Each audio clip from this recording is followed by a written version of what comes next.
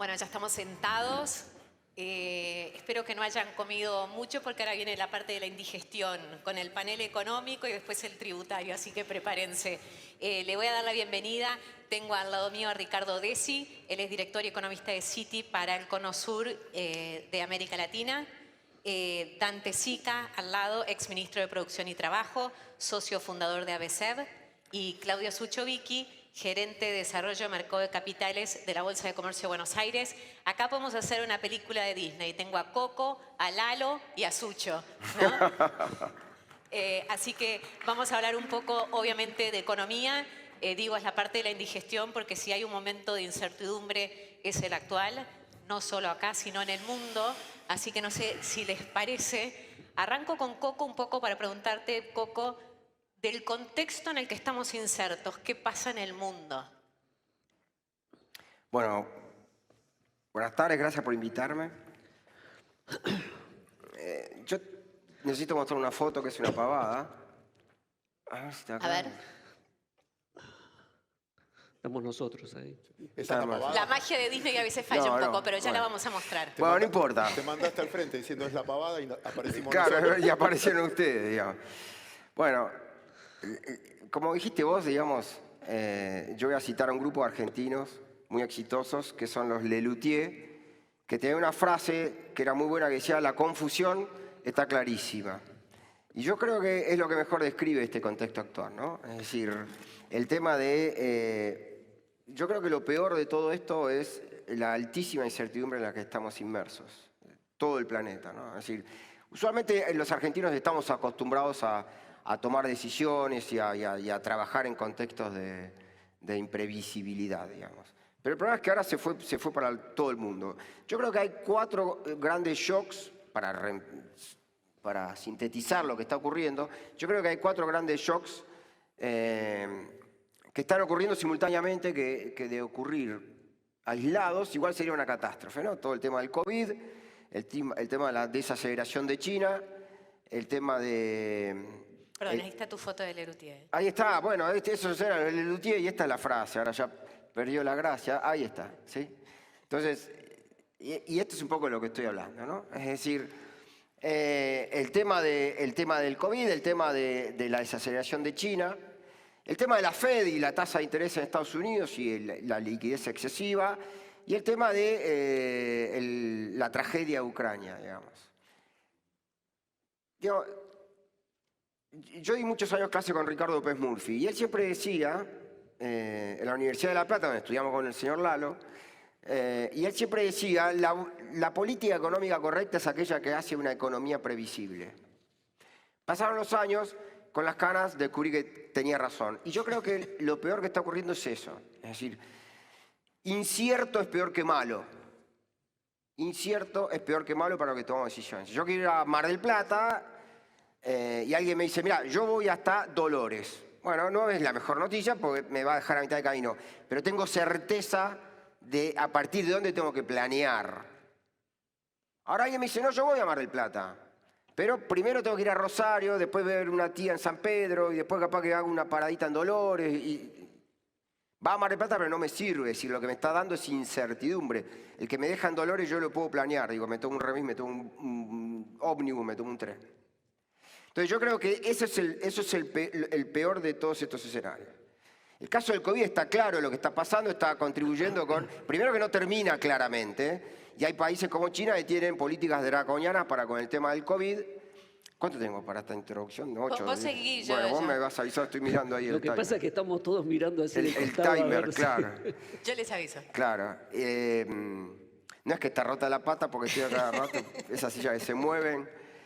Entonces, el tema del COVID, digamos, claramente pegó en 2 lugares. Primero, en términos de las asimetrías de las elasticidades, se dice, ¿no? Es decir, la oferta tarda mucho más que la demanda en recuperarse, eso está generando cuello de botella. Si yo tiro plata de un helicóptero en Quilmes y a la tarde va a salir todo el mundo a comprar televisores, ahora esos televisores, esa oferta va a tardar más en satisfacer esa demanda creada artificialmente de manera muy rápida. Entonces, ¿cómo se van a racionar los televisores en Quilmes? Por precio. Entonces, digamos, hay un componente de la crisis, hay un aporte a estas mayores inflaciones globales que es verdad que viene de una restricción del lado de la oferta que tiene mayor demora. ¿Y por qué está demorando más? Primero demora más por naturaleza, porque implica invertir, implica trabajar la función de producción, implica tomar riesgos. Pero además porque en realidad no sé hasta cuándo va a terminar esta incertidumbre y si no voy a quedar con más capacidad ociosa instalada. Entonces, por definición, me quedo en la capacidad actual y ajusto por precio y tengo una demanda. Ese es el principal costo, en mi opinión, del tema del COVID. Es decir, no solo que descalzó mucho las velocidades de la oferta y la demanda, y eso ya generó un aumento de precio que yo me niego, como docente, me niego a llamar inflación. Eso es una variación de precios relativos que tiene un impacto en el CPI, en el IPC. Pero eso no es inflación, cuidado, eso pega en los índices, pero eso es una variación de precios relativos. Ahora, a eso Estados Unidos le metió 5 trillones de dólares de emisión. Entonces, dilucidar, escindir las causalidades es muy difícil y eso complica cada vez más el diagnóstico. Después está la desaceleración de China. Nosotros en el Citibank tenemos una regresión que miramos, ¿sí? Que cuando uno mira, a ver qué explica la variación del precio de los commodities, hay distintos términos, 70% China. China explica más de 2/3 los precios de los commodities. De eso lo que está revelando es una economía como la China es una de las que más está sufriendo, digamos, todo este descalabro de precios en términos de los commodities. Además tiene una política draconiana en términos del COVID-0, digamos, un empleado enfermo en una fábrica la cierran, un habitante enfermo en una ciudad la aíslan, es decir, hay políticas muy duras en China que están generando también un poco de desincentivo a la hora de salir a acelerar el lado de la oferta, el lado de los suministros. Después también han puesto un poco el freno de mano en el mercado inmobiliario, subiendo un poco las tasas del mercado hipotecario. Y además a China se le agrega la parte política, porque este año es la reunión que es no menor este tema, más para los que exportamos commodities, China explica 70% de los commodities, hay que estar atento a estas cosas. Puede sonar que estoy hablando de cosas raras, pero este año se celebra el Congreso del Partido Comunista Chino, y de eso depende mucho que Xi Jinping pueda tener su tercer mandato. Entonces, política siempre, guarda con esto de qué van a hacer con la tasa en China. Europa también es un gran lío, con inflaciones mucho más altas de las esperadas. Se esperaba, en mayo la inflación fue del 8,5% y se esperaba 8,1%, cuando en abril fue 7,4%. Es decir, está pasando lo mismo. Ni hablar países cercanos a Rusia, como Letonia, como Lituania, como creo que Lasta, que están en el orden 20, 15, 18%. Y acá también viene mi punto, ¿por qué si están cerca? ¿Es inflación o es variación de precios relativos? Después está el tema de la Reserva Federal, ¿no? El gran debate de la Reserva Federal de si esto es un problema de una restricción de oferta o es un problema de una excesiva emisión. También hago una digresión como docente. La emisión por sí, primero que la inflación no es multicausal. Es una sola causa, que es el exceso de oferta monetaria sobre la demanda monetaria.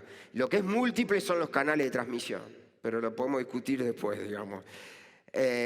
Ahora, entonces ahí viene el problema, que ya nos pasó a nosotros. Es decir, nosotros hemos tenido la oferta congelada, es decir, no emitimos, pero si la demanda cae, porque hay una destrucción de la demanda a raíz de un shock de desconfianza, es como que hubiera habido una emisión. Entonces hay inflación igual, para aquellos que dicen, no, la emisión no tiene nada que ver. No, es el exceso de oferta monetaria. Entonces en Estados Unidos está este debate, ¿no? ¿Cuánto es de restricción de oferta, que ya va a llegar esa oferta a compensar esa mayor demanda que se disparó muy rápido post-COVID?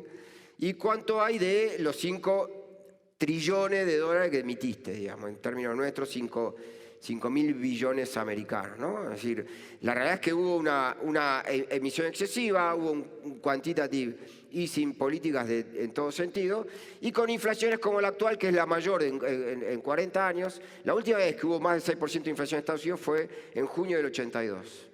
Es decir, y después saben quién vino, ¿no? con esa inflación. Volcker. Un señor que se llamaba Paul Volcker, muy bien, correcto, y llegó a subir como 10 puntos la tasa de interés. ¿Y cuál es el gran problema de esto?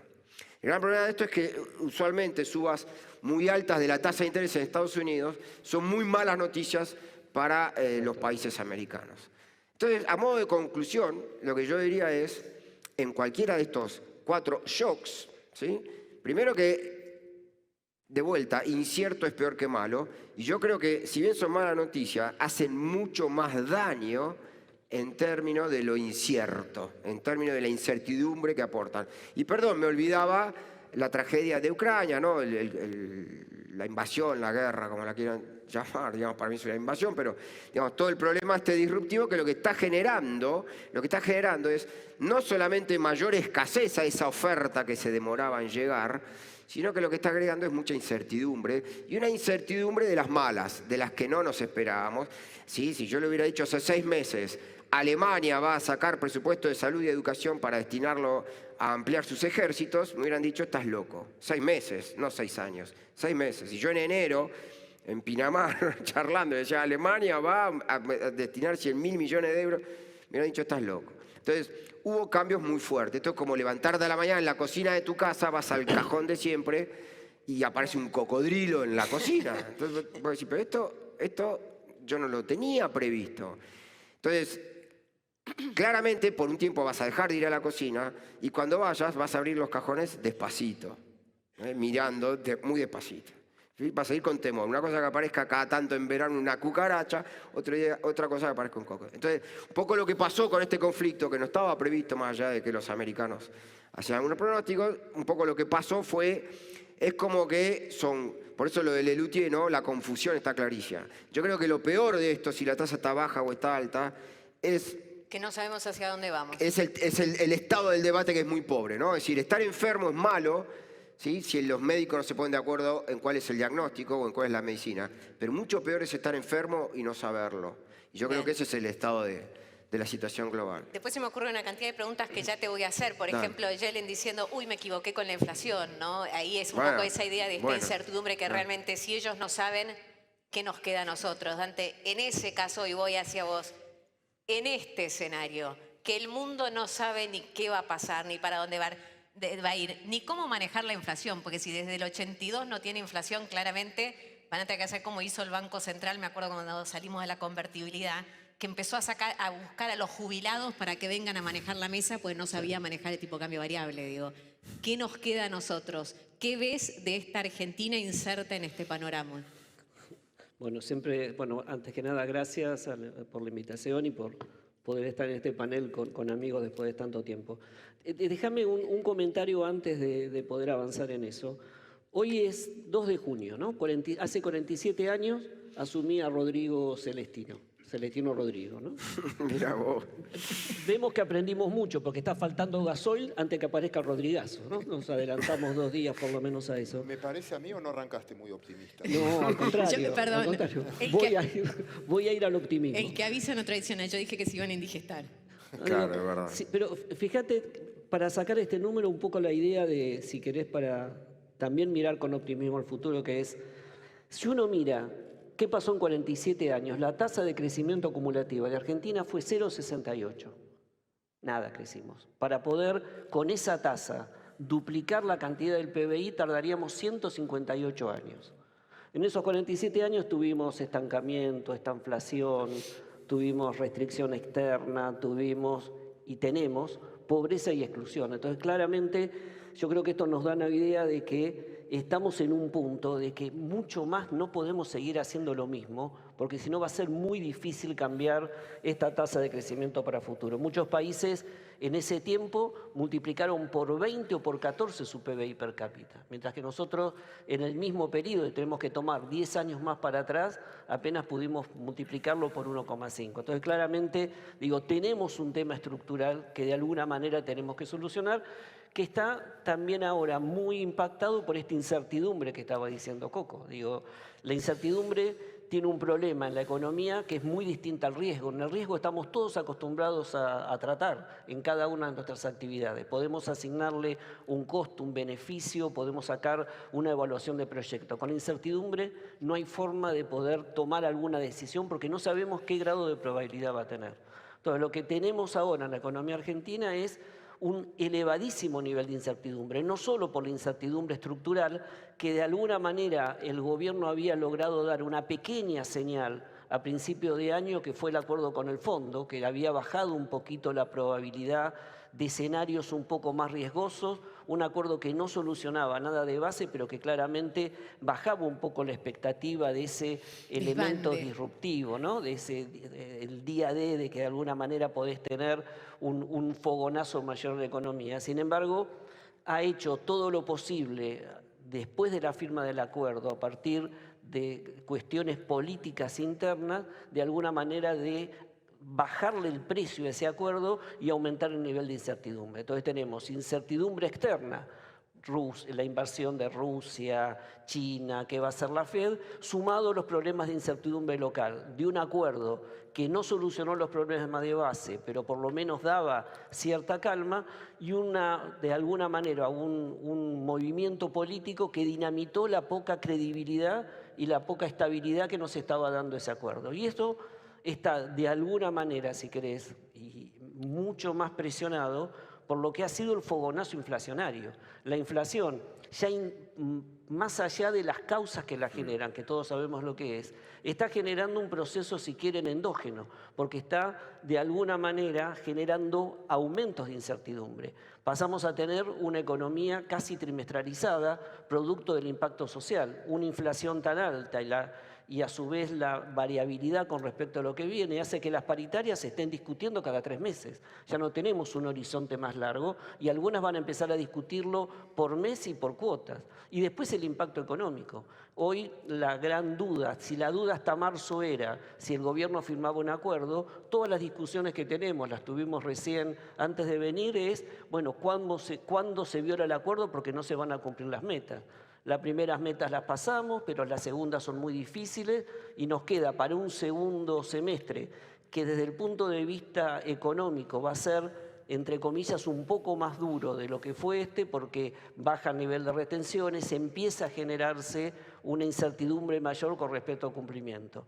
La idea es que claramente el gobierno va a tener que ir a una recalibración o a un waiver con el organismo internacional, porque es muy difícil en estas condiciones que de alguna manera lo pueda cumplir, y esto de alguna manera agita o pone el fantasma con respecto a la tasa de inflación a futuro. La incertidumbre alimenta de alguna manera también este proceso inflacionario. Eventos como hiperinflación, que forma parte de la discusión diaria, Sí. que quedaron de alguna manera alejados. O sea, no ves una hiper. A ver, la hiper no la ves venir. El día que llega te levantaste a la mañana y te cayeron los activos a la mitad.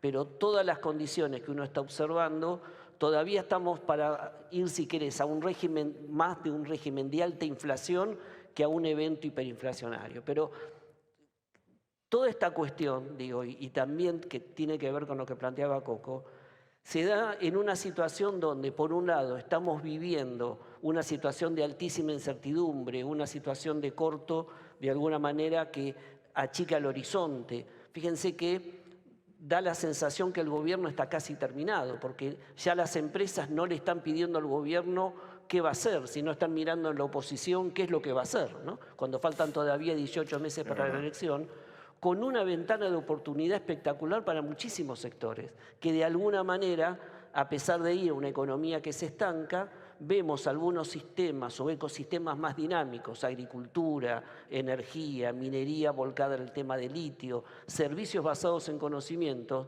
que se les abre una ventana producto de estos acontecimientos que vemos a nivel internacional, que de alguna manera les permite sortear todos los desequilibrios que la macro está teniendo ahora por delante, ¿no? Entonces, tenemos que acostumbrarnos a una Argentina que perdió la homogeneidad, tanto territorial como en términos de lo que son los mercados, en términos de una heterogeneidad muy grande a nivel de sectores y una heterogeneidad muy fuerte a nivel de lo que es la parte social, en especial en el mercado de trabajo. Me quedo con dos cosas. Uno, con el tema de las oportunidades de sectores, pero también con el tema de la bomba de pesos, la inflación.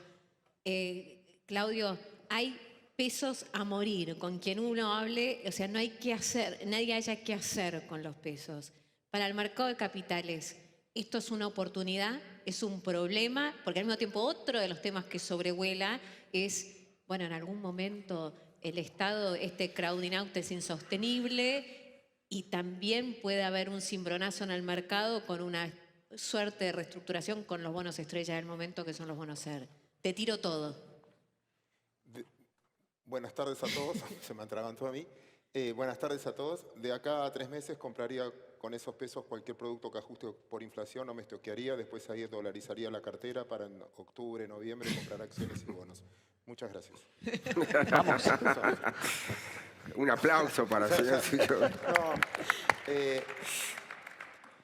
es conflictivo, es verdad. La pregunta es, de todo lo que dijeron y muy bien, y déjame tomar 2 capítulos, uno de cada uno, el privilegio de hablar último es que puedo usar los datos. De lo que dijimos o de lo que dijeron, ¿no? Crisis global, Ucrania, bla, bla. ¿Cuánto de eso ya está en los precios? Estamos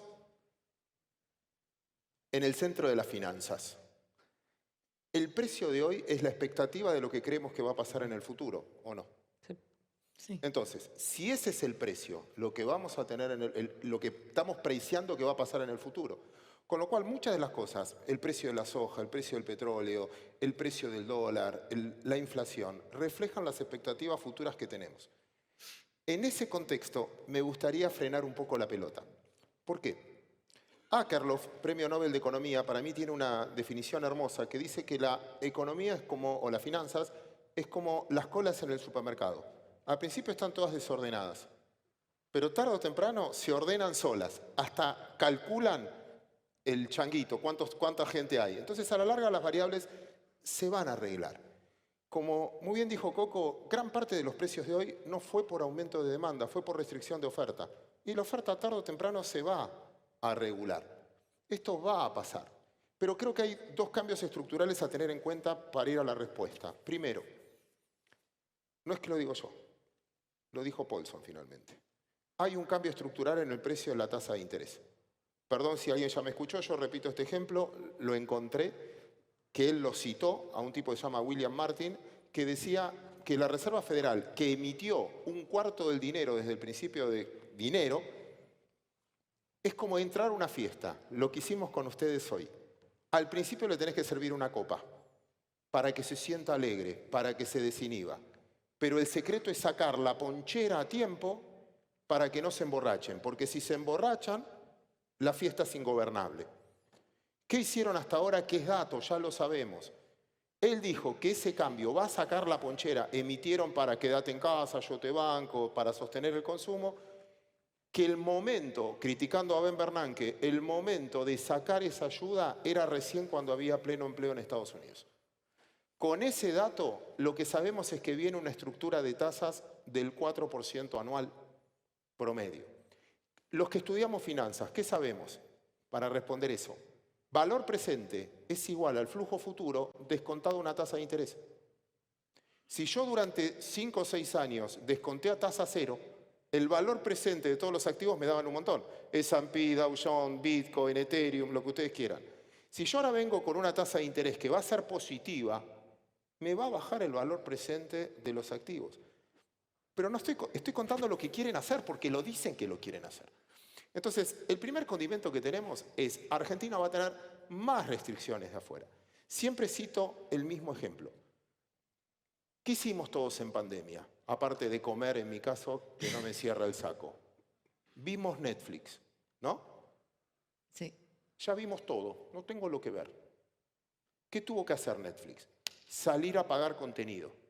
De tal manera salió a pagar contenido que todos los actores, hasta Florencia va a inaugurar su programa antes por Netflix, ¿no? De Franchella. Entonces, los costos subieron por ascensor y la recaudación no. Y lo vemos en los balances de las compañías. Entonces, vamos a hablar un poquito de los pesos.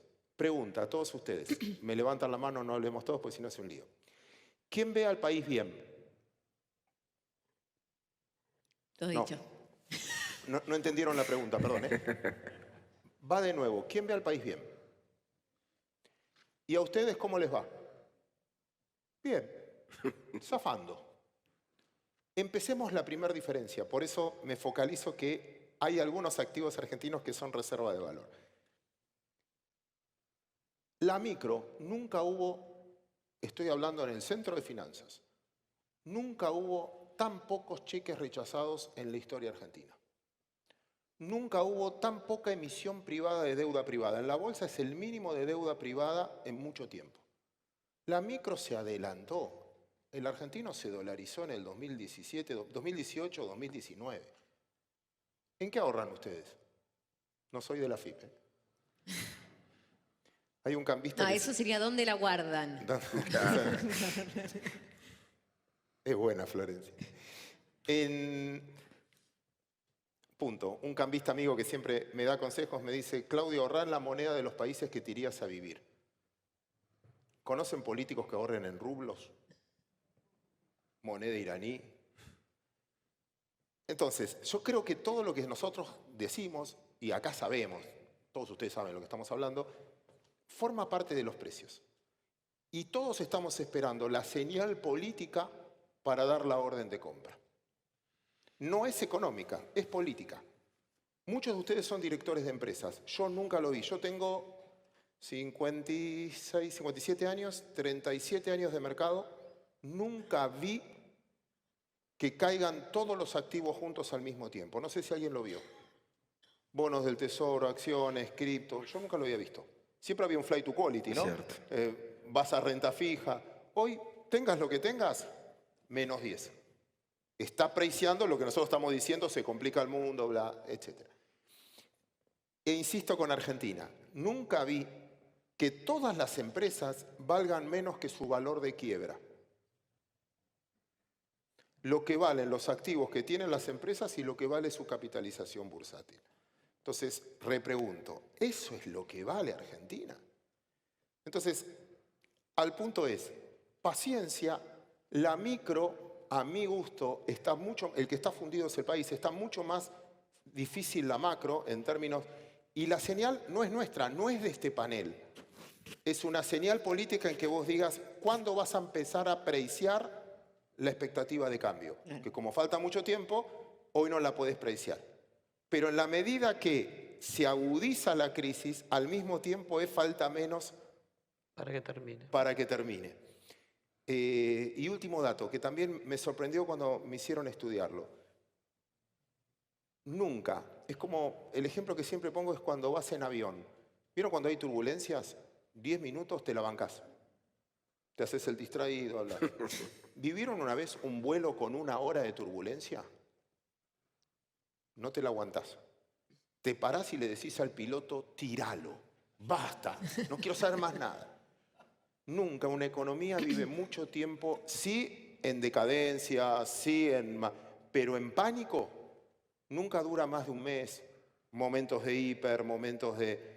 La gente no puede vivir, o sea, en precios destruidos. Una cosa es administrar la pobreza como estamos nosotros. En pánico no dura mucho tiempo.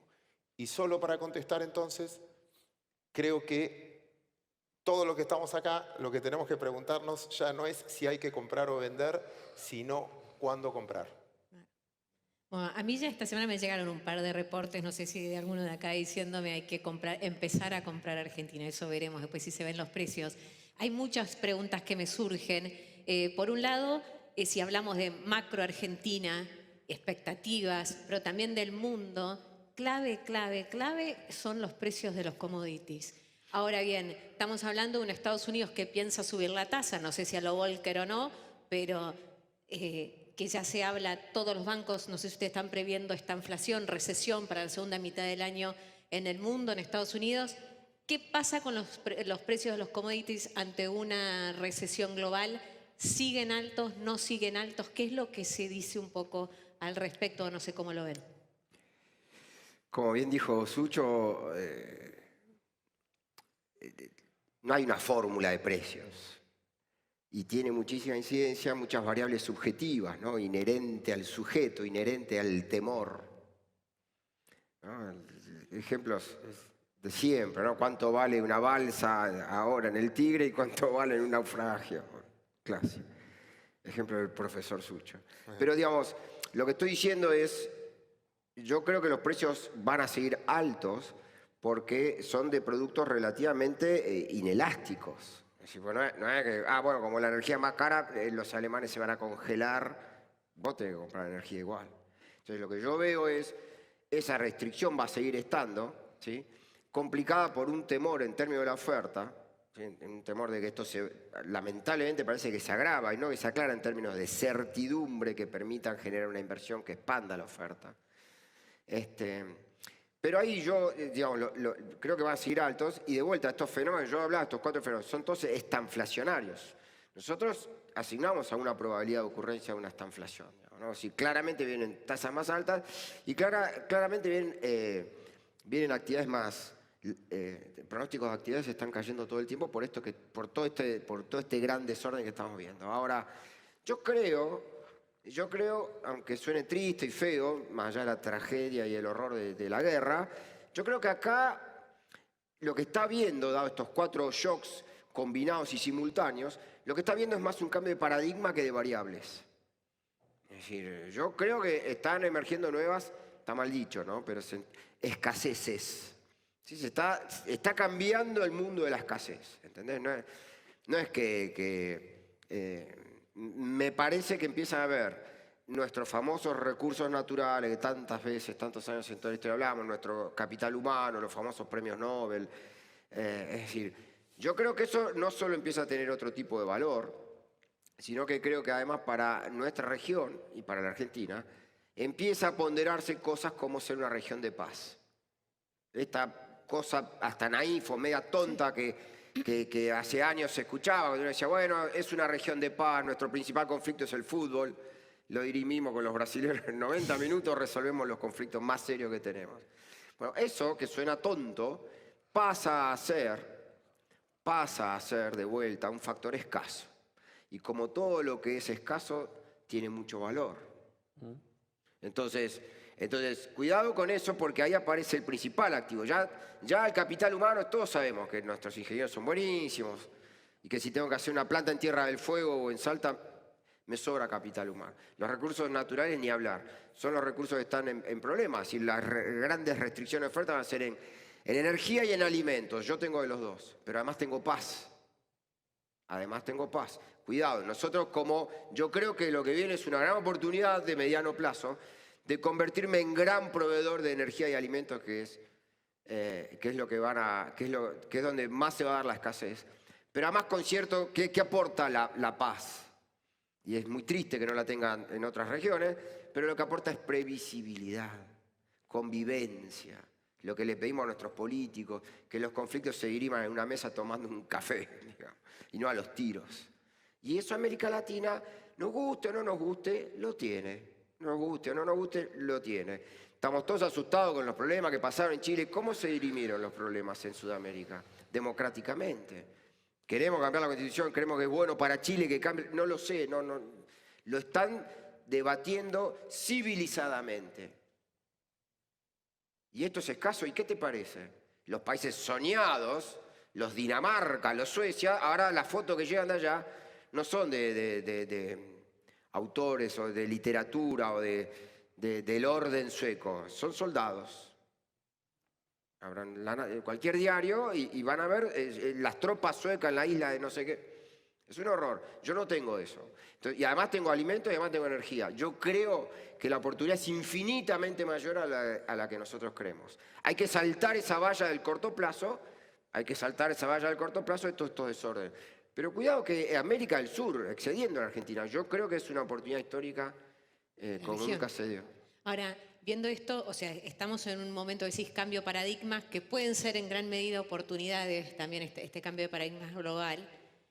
Dante, vos estuviste en la política, estuviste en el sector público, pero también, bueno, economista.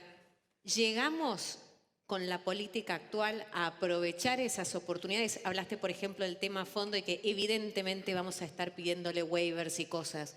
¿Llegamos? Sucho recién dijo, y estamos todos viendo a ver cuándo comprar, pero todavía lo vemos lejos porque falta un año y medio o lo que fuera. ¿Llegamos a aprovechar estas oportunidades? ¿Qué hace falta? Primero es la incertidumbre, como decíamos antes, muchas veces te nubla la posibilidad si estás ante una gran oportunidad o es solamente algo de corto plazo, ¿no? Digo, de alguna manera también necesitamos bajar la incertidumbre. ¿Por qué? Porque eso es lo que te va a guiar los procesos de inversión. En estas condiciones, lo que nos va a pasar, que si nosotros no cambiamos y no generamos cambios estructurales que modifiquen el régimen de acumulación que tenemos, no es que vamos a desaprovecharla, porque vos decías también la microajusta, pero vamos a desaprovechar mucho la oportunidad. Claramente algunos sectores, como el litio, porque hay en pocos lugares en el mundo, va a seguir teniendo atracción de inversiones. Vamos a perder la calidad en los servicios básicos de conocimiento, porque los que hacen los análisis, los mejores, se van a ir afuera y acá te van a quedar los programadores de base. O sea, vamos, y la frontera tecnológica, a lo mejor, o la frontera agropecuaria va a crecer menos de lo que debería crecer. Si queremos aprovechar totalmente y con plenitud las oportunidades que nos va a brindar la próxima década, porque a diferencia de un salto cualitativo, como pasó algunos años, que es una especie de boom que tenemos en algunos commodities bienes, la invasión, la pandemia y la invasión generó un cambio de paradigma. O sea, vamos a un nuevo, si querés, a un marco nuevo geopolítico. Hoy la principal preocupación de las empresas es el riesgo geopolítico que tienen por delante. Los acortamientos de las cadenas de valor, las reestructuraciones que se están haciendo en las cadenas de valor, producto de lo que fue la pandemia en su momento, en términos de abastecimiento, etcétera. Por el tema de la invasión, están buscando, ya no es más un nearshoring, es un friendshoring. Quieren ir a lugares de paz donde la preocupación sea a lo mejor por un tema más social o de distribución del ingreso que no por un tema de nuclear. Entonces, creo que tenemos una oportunidad. Ahora, si nosotros no logramos no solo equilibrar la macro, yo decía antes, Argentina es muy heterogénea, solo con la macro no alcanza ahora. Si nosotros no hacemos un programa de reformas estructurales muy fuerte en la modernización del mundo laboral, que ya ni siquiera es el mundo laboral de hace 2 años. Hace 2 años teníamos 5% de teletrabajo, hoy en promedio es 20-25%. Tenemos que legislar también para esas nuevas oportunidades que están apareciendo.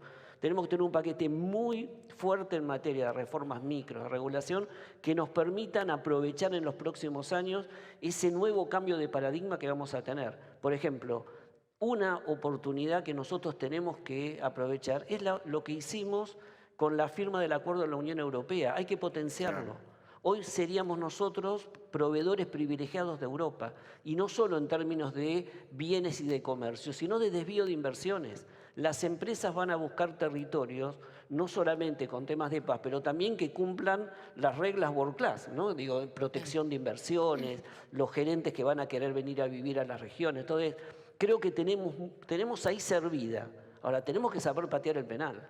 Digo, no podemos volver a equivocarnos porque si no vamos a desaprovecharlo. Vamos a tener algo de litio, minería que va a andar, todo lo que sea cobre, plata, oro, vamos a tener competencia en otras regiones que tienen marcos regulatorios distintos.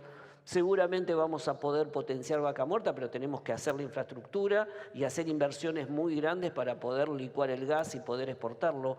El mercado de energía futuro va a ser, lo vieron hoy a la mañana con Gerol, va a ser mucho más de gas que de petróleo y tenemos que aprovechar esa oportunidad. Pero si no damos certidumbre en el marco regulatorio y hacemos reformas, de nuevo, la macro es importante pero no alcanza, hay que hacer fuertes reformas micro, vamos a perder la oportunidad nuevamente y vamos a siempre alejarnos del paradigma del resto de los países.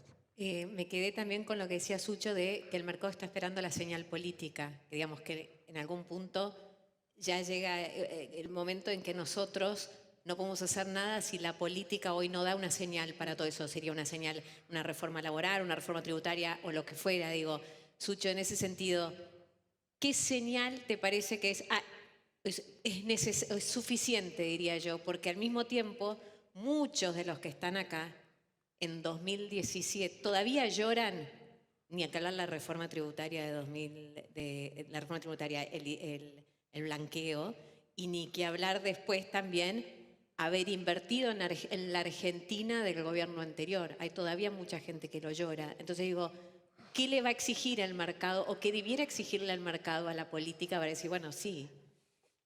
Sí, por eso ahí vos tenés 2 maneras de apuntar al mercado, al menos financieramente. Por expectativa de futura buenísima o porque el precio es un regalo.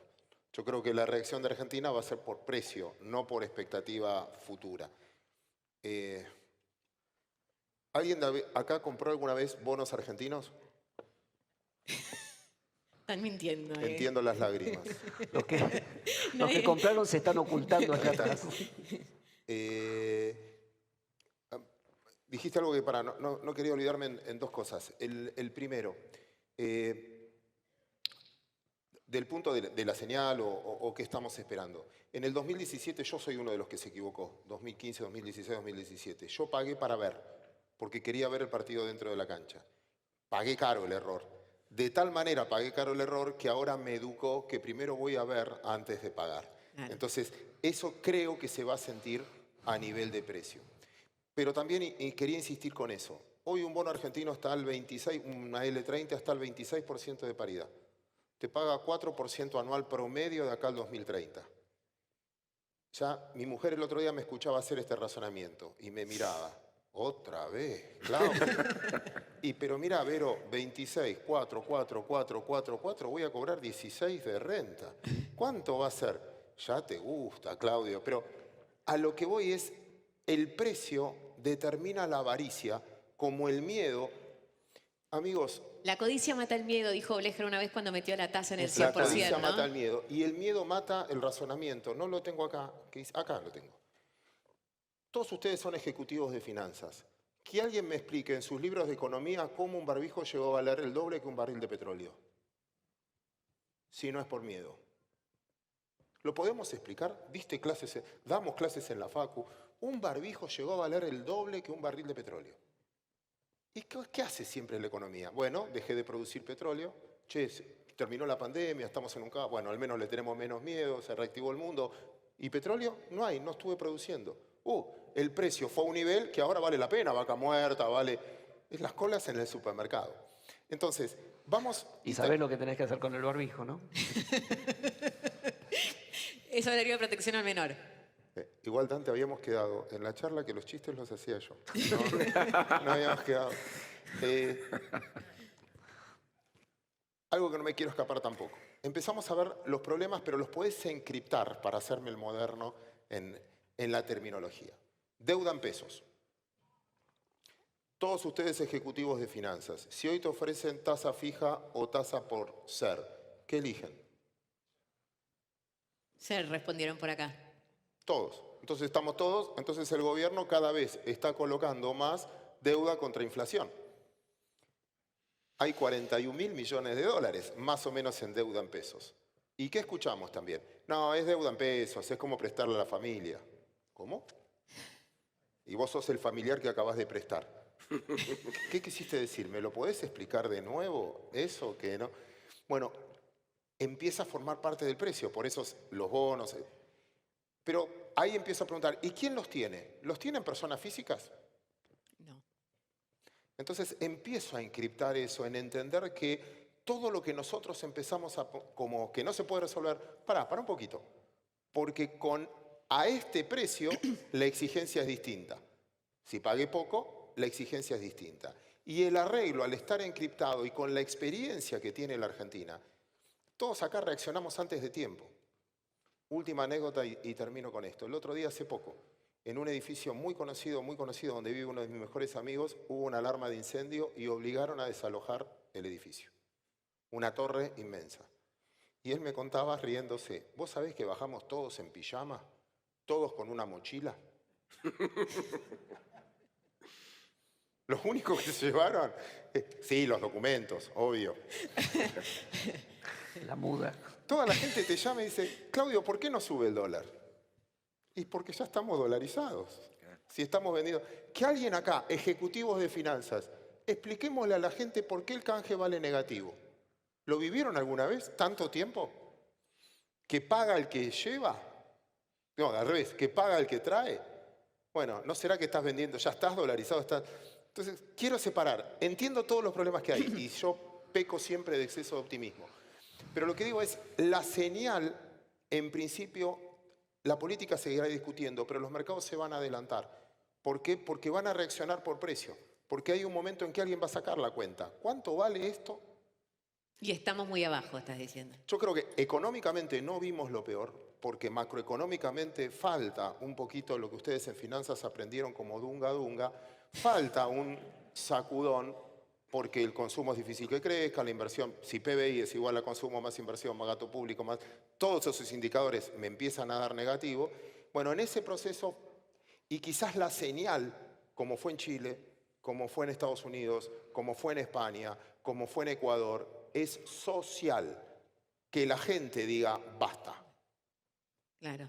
Me quedé un poco con el que faltan Dunga Dunga, empecé a transpirar, nos quedan pocos minutos, pero evidentemente hay un par de variables que estamos mirando todos en esta idea de que falta el Dunga Dunga, precio de los commodities, inmediatamente uno lo ata hoy, ¿cuánta plata está entrando al Banco Central? Hoy, quedan 2 meses de liquidaciones fuertes, hoy, ¿qué pasa en el segundo semestre? ¿Cómo se imaginan ustedes el tema cambiario en el segundo semestre? ¿Qué se imaginan del segundo semestre también en materia de inflación? Del gobierno dicen que va a bajar. Pregunto, tiro la pregunta y no miro para ver quién quiere responder. Segundo semestre muy tensionado, por esto que vos decís. Fíjate que este año, con mayor liquidación de divisas, casi 15% más que el año pasado, y récord cuando ves los términos de intercambio, y el mes de mayo fue creo que el mayo histórico de liquidación, el gobierno solo pudo comprar casi un 10% de lo que compró el año pasado. El año pasado había acumulado mucho más. Entonces, ya está teniendo problemas con esta liquidación. Con lo cual, el segundo semestre va a ser muy tensionado por baja de recaudación en términos de todo lo que tiene que ver con derechos de exportación, por una dinámica de gasto que está creciendo muy fuerte. Por eso decía al principio, casi seguro, hasta el segundo trimestre, las metas del segundo, con algún poco de forceps, la puede pasar. Tercero y cuarto va a tener que haber una recalibración y un waiver, y depende también del comportamiento del fondo, el grado de ansiedad que tengas en el mercado cambiario. Hoy la tasa de inflación nos está llevando a una velocidad que ya te está poniendo la inflación entre 70 y 80. Digo, cualquier, si querés, desvarío desde el punto de vista político que pueda estar impactando, estás arriba de entre el 90 y el 100 en un suspiro. Entonces digo, creo que vamos a un segundo semestre mucho más tensionado, pero también tiene que ver con lo que decía Sucho en términos de lo social. El problema de todo es que falta mucho tiempo para el cambio, ¿no? Falta mucho tiempo para la elección. Entonces todavía el Dunga Dunga puede ser más fuerte en términos de lo que tenemos que vivir el segundo semestre. Pero va a ser un segundo semestre no con la calma que tuvimos. Va a depender mucho también cómo el gobierno logre cerrar el acuerdo con la recalibración o el waiver con el Fondo Monetario, ¿no? Me encantan los eufemismos, no va a ser con la calma que tuvimos. O sea, cualquier Dentro otro de país todo, con nuestra no, calma. pero dentro de todo tuviste, si querés, después que firmaste el acuerdo, de alguna manera tuviste cierta, no te digo un veranito, era una primavera, Vamos sol zafando. de primavera, digo, pero te calentaba pero no quemaba, digo, te llevó, tuviste una tranquilidad, hasta que la parte política, de alguna manera, la ruptura de la coalición oficialista generó una tensión que perdiste todo lo que habías ganado. Ahora, el segundo semestre vas a tener el mismo ruido político, quizás exacerbado, con una situación económica mucho más Frágil. tensionada y una presión inflacionaria que de alguna manera también te acelera todas las cuestiones sociales. Me quedo con una, vos dijiste, bueno, hay que ver, una de las claves de este segundo semestre es cómo se recalibra el tema del fondo. Yo sé, Coco, que vos tenés un pie en Estados Unidos y un pie en Argentina en algún punto por tu trabajo. ¿Qué estás oliendo de Washington? ¿Qué te llega? ¿Qué te parece? ¿Por qué nos está ayudando tanto Estados Unidos? Porque quieras o no, la verdad que nos están firmando acuerdos incumplibles. Sí. Bueno, un poco, el fondo se crea en Bretton Woods, es decir, el fondo justamente es una creación posguerra. Sí. Es decir, la necesidad de que haya alguien en el barrio, en la sociedad de fomento, que diga, che, cuando en alguna casa haya mucho lío, metámonos, pongamos un poco de plata, no podemos dejar que la criatura pasen hambre. Digamos. El problema es si después ven que los padres a la noche están en el bingo, ¿viste? ¿Entendés? Entonces, claro, bueno, pero eso lo digo en general, ese es un poco el rol del preceptor que dice, es decir, no es malo por definición. Y el fondo tiene ese rol, que es el rol de tratar de atenuar que las catástrofes se acentúen, digamos. Ese es el tema, ¿no?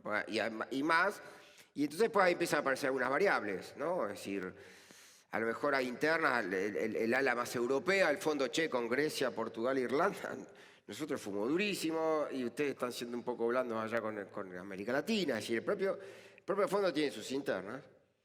Pero además, lo que está, en mi opinión, es una situación tan frágil por la situación global, ¿sí? Tan frágil para América. Es decir, si esto es malo para los alemanes y aparecen términos nuevos como tropas suecas, que hay ejército en Suecia o en Finlandia. Es decir, hay muchas novedades dramáticas que lo peor que podés hacer es que lo que ya estaba considerado impredecible lo hagas más impredecible. Y además hay algún criterio de largo plazo, es decir, no solo no quiero más ruido, sino que cuidado, y yo creo que por eso podemos llegar a, si somos inteligentes, a ir modificando esa negociación con el fondo.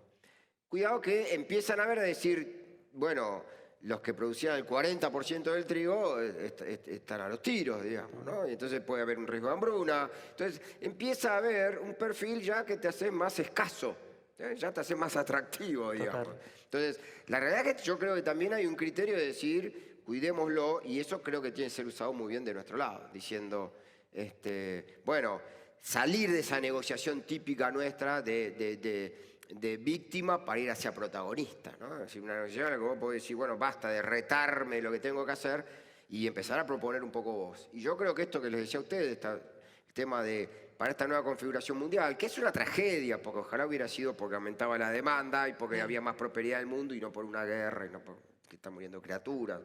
Ahora, es lo que es.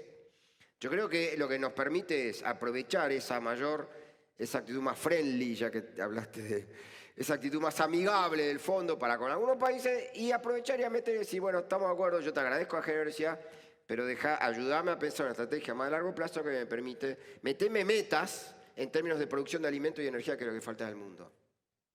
Entonces, ¿entendés? Es decir, dejá de mirarme, más allá de que es bueno que haya un preceptor mirando algunas cuentas. Mirá lo que pueda cumplir y no todo lo otro claro, que no mirando puedo que pueda cumplir, hagamos un acuerdo más integrado, más inteligente, como bien dijo Lalo. Es decir, ¿cuánto vale ahora el acuerdo con la Comunidad Europea? Ese acuerdo que negociaron ustedes. Eso fue brillante, eso fue una mirada estratégica, no te quiero halagar, sos mi amigo, pero son las jugadas estratégicas que le faltan a Argentina tener de largo plazo. En este nuevo contexto, ¿cuánto vale ese acuerdo?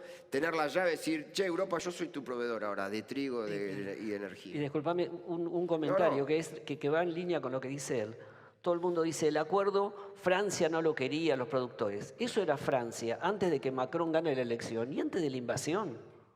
Hoy cuando tenés a Europa, Alemania necesitando reemplazar proveedores, o España pidiendo al comisario europeo que ponga un waiver para poder exportar granos de Estados Unidos y de Argentina.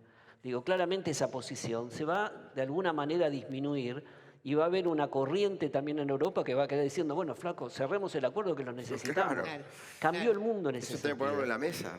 Claro. Pero para eso tenés que tener una visión más protagónica y menos de boxeador que se defiende, digamos, de que lo retan, de una visión, en mi opinión personal, esto no es City, pero una visión menos pobrista. Claro, claro. Bueno, yo sé que ahí el marcador nos marca 5 minutos que nos quedan, pero la gente ya es por WhatsApp, que es lo que vale, ¿viste? Me dice, Que nos vayamos.